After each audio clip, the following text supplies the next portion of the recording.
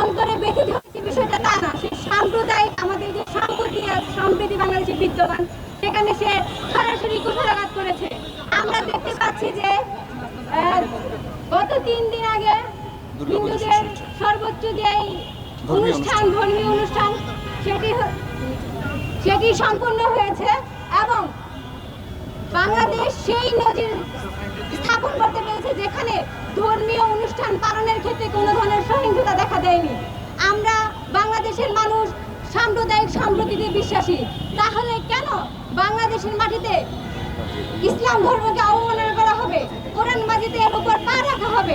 এবং এটা যখন একজন ব্যক্তি করলেন তখন কি বলা হচ্ছে যে তার মানসিকভাবে সে অসুস্থ।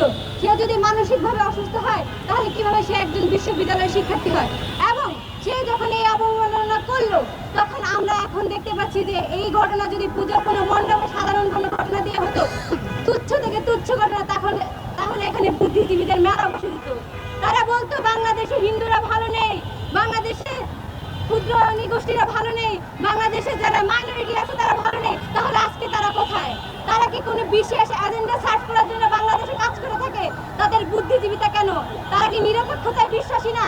তারা কি যার যার ধর্ম পালনে বিশ্বাসী না? এবং যার যার ধর্ম তার মতো পালনে এবং শ্রদ্ধাবোধে তারা বিশ্বাসী না? যদি বিশ্বাসী হয়েই থাকে তাহলে আজকে আমরা কেন দেখতে পাচ্ছি না কোনো বুদ্ধিজীবীকে এখানে এসে তার কোনো প্রতিবাদ জানাতে? কোনো বিশ্ববিদ্যালয়ের শিক্ষককে দেখছি না প্রতিবাদ জানাতে।